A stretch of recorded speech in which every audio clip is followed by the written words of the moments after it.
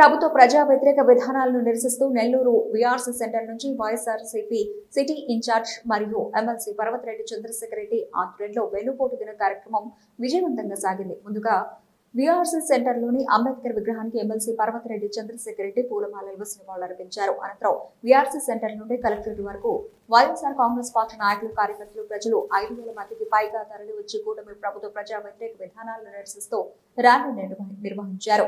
వెన్నుపోటు దిన కార్యక్రమానికి అడుగడుగున ప్రజలు నీరాజనాలు పలికారు.